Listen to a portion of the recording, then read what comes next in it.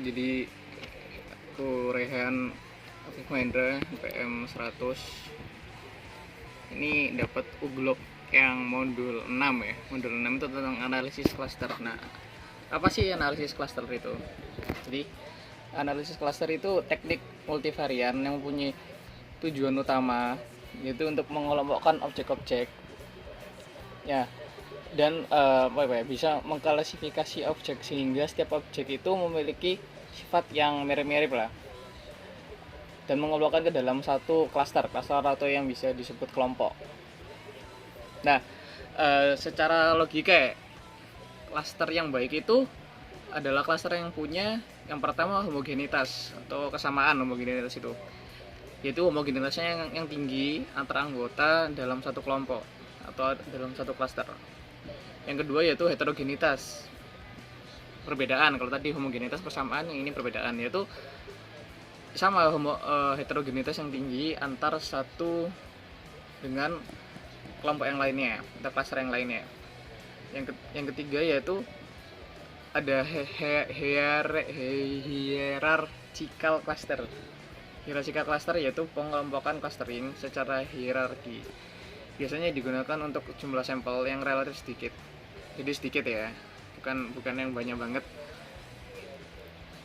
Keuntungannya metode ini itu apa sih dalam analisis cluster? Yaitu mempercepat pengolahan dan menghemat waktu karena data yang diinputkan membentuk hierarki atau membentuk tingkatan-tingkatan sendiri sehingga mempermudah penafsirannya. Yang kedua yaitu ada K-means cluster. K-means cluster ini berbeda dengan hierarchical tadi, yaitu untuk data yang banyak seperti di atas 200 sampel. Ini tadi pengertian dari analisis cluster. Nah, ini contohnya ya. Aku udah membuat ini nama biasa ya, nama lokasi parkir semuanya. Nah, caranya itu kita klik analyze. Ini yang untuk non hierarki ya, yang dulu non hierarki dulu. Kita klik classify. Ini ada K-means cluster.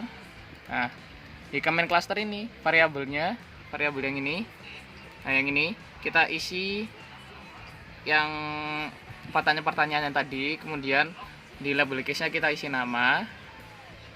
Oke, habis label case nama kita pencet oke. Nah, ini kan muncul kayak gini nanti. Ini ada ada initial cluster. Ini yang masuk ke cluster mana? Cluster 1 atau cluster 2. Ada iteration history, ada final cluster. Nah, ini sama number of case 1. Kemudian untuk yang hierarki caranya tinggal sama kayak pencet analyze, kita klik classify, kita pencet yang hierarchical cluster nih, hierarchical cluster. Nah, ini beda caranya nih. Ini setelah kita isi semua yang ini pakai pertanyaan tadi sama aplikasi nama, kita klik statistik. Nah, ini dijadiin 2 sama 4 ya. Sama proximity-nya itu harus dicentang dulu. Tadi itu nggak dicentang. Oke. Plots-nya juga dicentang dulu, dendrogramnya tadi belum dicentang juga, sekarang udah dicentang. Dendrogramnya dicentang. Save-nya ini juga jadiin 2 sama 4 juga. Nah, itu kita klik OK. Nah, nanti akan muncul kayak gini ya. Nah, ini case processing summary. Nah, ini juga proximity metric. Nah, ini pertanyaan tadi. Tuh. Nama-nama average linkage between group. Nah, membership. Nah, ini juga ada kayak. Nah, sama ada dendrogramnya. Tadi kan kita centang dendrogramnya. Sekarang muncul dendrogramnya. Nah, ini guys. Nah, sekian dari saya modul 6. Ini akan dilanjutin sama partner saya. Assalamualaikum warahmatullahi wabarakatuh. Saya Ananda Iqbal Firdaus, NBM 132, sesi Selasa 1, meja 19, akan menjelaskan tentang penggunaan aplikasi SPSS. Saya di sini mendapatkan modul analisis diskriminan. Sebelum masuk ke dalam aplikasi, saya akan menjelaskan beberapa hal mengenai analisis diskriminan ini, yakni analisis diskriminan ini merupakan teknik menganalisis data kalau variabel tak bebas merupakan kategori Sedangkan variabel bebas sebagai prediktor merupakan metrik. Misalnya, variabel tak bebas merupakan pilihan 3 merek komputer ini misalnya, yang itu merek A, B, dan C. Dan variabel bebasnya merupakan penilaian terhadap atribut tadi, di situ dengan menggunakan skala Likert 5 butir, misalnya dari 1 sampai 5. 1 itu sangat tidak bermutu, dan 5 itu sangat bermutu. Itu variabelnya. Itu kegunaan dan istilah dari analisis diskriminan, dan tujuan dari analisis diskriminan ini yakni mengetahui perbedaan yang jelas antar grup pada variabel dependen. Jika ada perbedaan variabel independen, manakah pada fungsi diskriminan yang membuat perbedaan tersebut. Ketiga, membuat fungsi atau model diskriminan yang mirip dengan persamaan regresi. Keempat, melakukan klasifikasi terhadap objek ke dalam kelompok. Langsung aja masuk ke dalam aplikasi. Ini saya masukkan. Ini ada 40 responden. Dan ini ada 15 dari wisatawan lokal sampai marketing. Ini adalah variabelnya. Variabel. Di sini saya mendapat studi kasus faktor-faktor apa yang membuat suatu tempat wisata menarik untuk dikunjungi. Langsung saja, ini penilaiannya dari 0 sampai 8. Dari 0 itu sangat tidak menarik, sangat-sangat tidak menarik, dan 8 sangat menarik sekali. Langsung saja, ini penilaiannya sudah dimasukkan 0 sampai 8. Pertama ke analisis, kedua ke klasifikasi, yang pertama kali ya. Terus ke hierarki klaster terlebih dahulu. Di sini variabelnya saya masukkan sudah semuanya 15 variabel, dan ini label packages-nya nama tempat wisata. Statistiknya ini agglomeration single solution-nya 2, terus ke plot tetap, ke method tetap, dan ke save 2 juga single solution. Langsung oke. Keluar datanya. Lalu kita bentuk saya di sini. Saya kembali lagi ke tempat tadi, analisis, klasifikasi, diskriminan.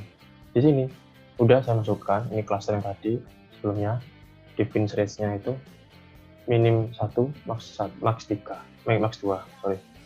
Lalu independennya itu ya tadi variabel itu 15 variabel itu. Use typewise method. Statistiknya ini means, univariate ANOVA, standard centang. Method juga begitu. Lalu binopisnya dan probability-nya centang. Dan klasifikasinya summary table. Dan yang terakhir save. Ini tidak ada ya, langsung masuk ke datanya. Nah, di sini keluar semua data yang ada. Nah, ini dia data-datanya dari awal. Nah, ini ada cases summary. Kalau data itu valid 40 data yang masuk, diolah 40 data juga. Ada agglomeration-nya tadi itu. Agglomeration-nya masuk semuanya. Lalu Likert, ini cluster membership-nya. Lalu ada case-nya, ini tidak masuk. Nah, ini diskriminan. Analisis case processing summary-nya 40 data yang diolah. Grup statistiknya termasuk dalam grup 1 atau 2 dari variabel atau faktor tadi itu. Lalu ada test quality of group means. Ini analisis pertama, establish statistiknya yang tadi kita pilih kan, establish-nya. Ini dia yang paling signifikan atau faktor paling berpengaruh dari variabel itu adalah stand lokal yang masuk. Lalu untuk variabel ini analisis tetap yang tetap signifikan ini dua variabel ini. Ini variabel yang tidak termasuk ke dalam analisa diskriminan. Dari 2 tadi, berarti ada 13 variabel atau faktor yang tidak masuk. Ini lambdanya, ini untuk eigenvalues-nya, lambdanya, ini standar canonical discriminant function-nya. Jadi ada perhitungannya. Ini struktur matriksnya yang tidak termasuk. Dari 2 tadi, berarti ada 13 variabel, ini faktor tidak termasuk. Ini canonicalnya tetap lokal, ini function, ini klasifikasinya. Jelas di sini. Ini perhitungannya ya, yang ada, ini klasternya tadi, ini case-nya ya.